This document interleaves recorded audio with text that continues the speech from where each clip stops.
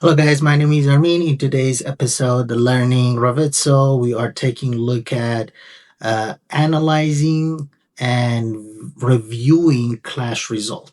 This is gonna be part two. So in the part one, we put together a clash test. So we went through all the settings. If you haven't watched that video, please go back and watch it because that's gonna be the prerequisite for this video. So in this video, we're going to go through the clash detection box or clash automation box, and we're going to go through all the items that we see in the clashes. So we understand how to read the result, how to analyze them, and how to review and apply it to our project. So let's jump into Revizto, but make sure to subscribe and leave a like if you like the video. In this episode, we are going through in details how to read the clashes. Previous session, part one, we put together a clash test. We created all the settings.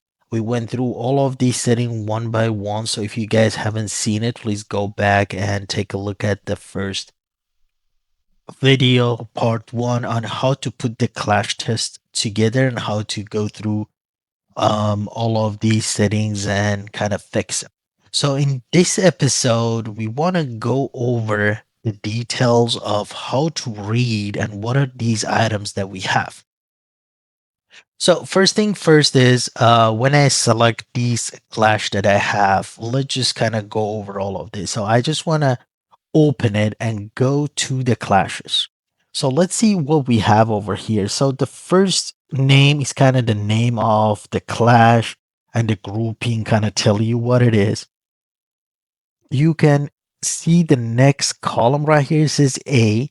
So that's for automation. So it means you use the automation system of Revizto to create the clash. Like you didn't create group manually.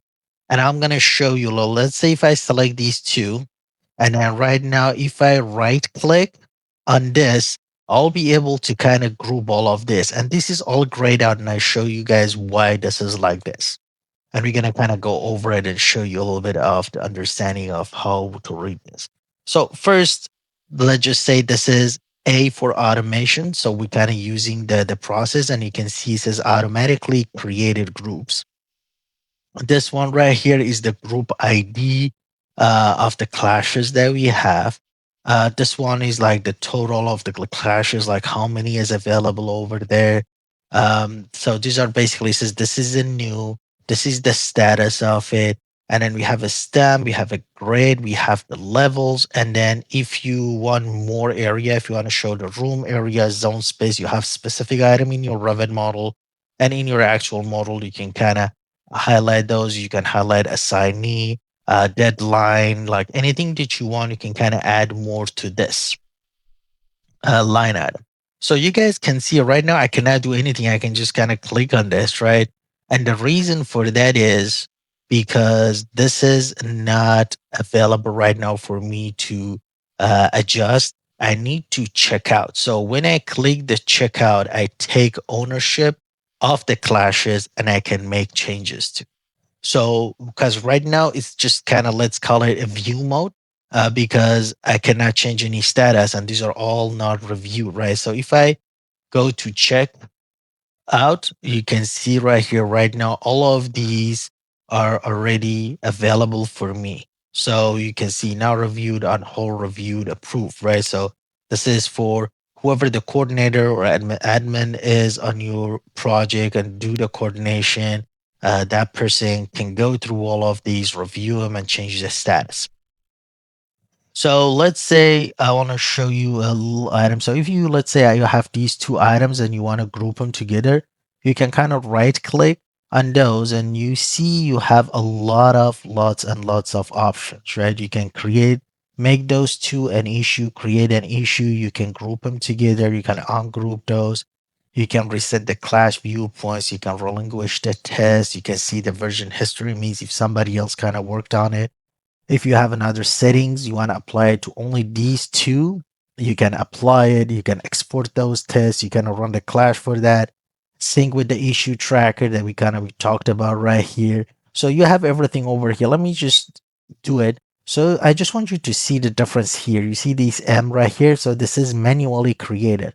And you can kind of go over here and basically kind of rename the issue and do whatever you want. But the reason that I just want you to kind of understand is if you are using A or M, that's a difference between what you see in your model. So this is automation. And if you do a manual, make sure you kind of take a look at the manual item. And those are the ones that it's grouped by the coordinator.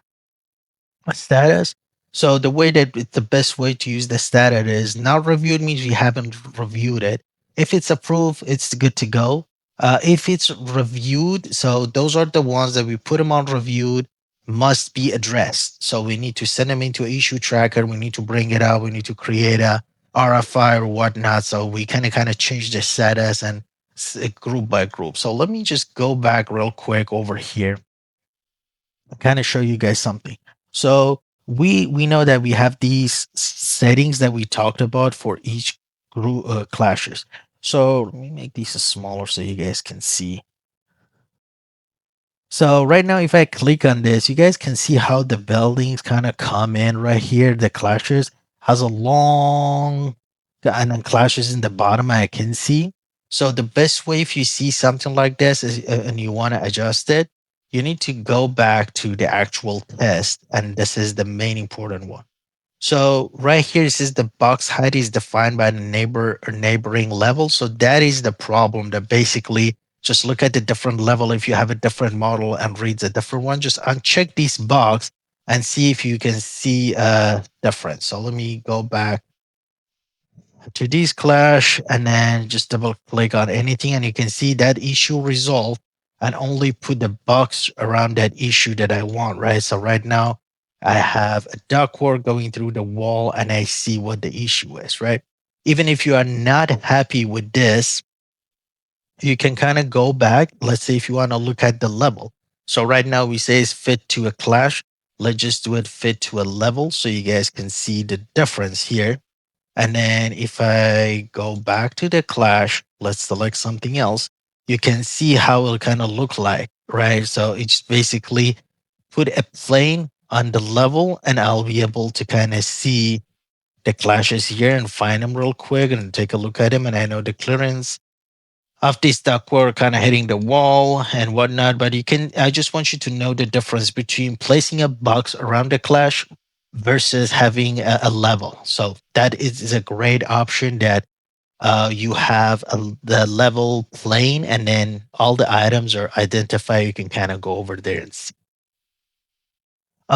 Just a quick other thing on top is if you need a filter per level, if you have a different levels, different area, you can kind of look at those, see what are the items that you have per level at one line. Um, you can double check the grids, like what issue is close to what grid. You can do the search set, and even if you want more filters, it's basically right here. If you want to look at it per room, if you want to do it per assignee, if you want anything that you want, like a tag zone space based on the stamps, you can kind of add all of those and filter your groups and take a look at all of that item. So let's just look at this one real quick. So let's say this is a clash that I have at this area.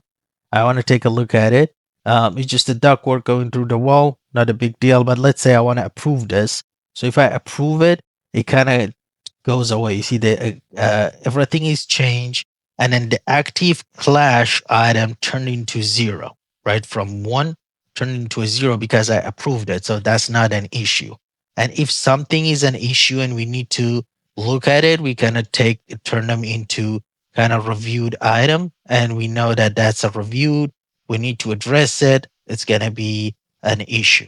When I go back over here, let me show you guys something else real quick.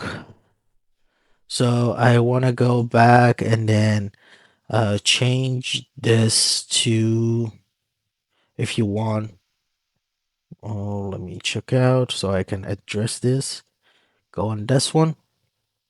So I want to it to let's say Clash, and then you can apply the section box. You can also remove the section box. You can just get rid of the transparency, just select isolate if you want, and you can adjust this, go a little bit closer, or you go a little bit um, like a farther from the class. So let's just click on this one, so you can see basically how fast we can get into a clash, right? And one other thing that I want you to kind of look at is when you click on these view settings. So this one gives you the ability to three things: the appearance profiler that you created, that you feel like which one helps you better work in your coordination and show. Also, this one, like, you have different one, right? If I go to the default, you can see basically everything is gonna change the color, so I can kind of go through, show people. If I go through the beam coordination view, is gonna change it a little bit more. So any way that you have your appearance profiler in your templates, you can select them over here and kind of use that when you are reviewing the clashes real quick. You can also decide to how to highlight the selected clashes. You want it to three colors, rainbow splash, by grid intersection, and much more. And also highlight the unselected. So what is the other items? You want to dim them, make them bright. You want to make them gray. Like, how do you want to show the other ones? So when you are happy with the settings that you want, you can lock it, lock that section box size and location. And also you can lock that camera, and then if you want to have auto save viewpoint, you can check these, and then it's going to create a save viewpoint here in this folder for you. But if you want to do it manually and you want to select the specific location that you want to go through with, you can kind of create these viewpoints. What I recommend is you guys need to go through all of these clashes, see which ones needs to be approved, you approve them. Whatever are not approved, those are that needs to be reviewed.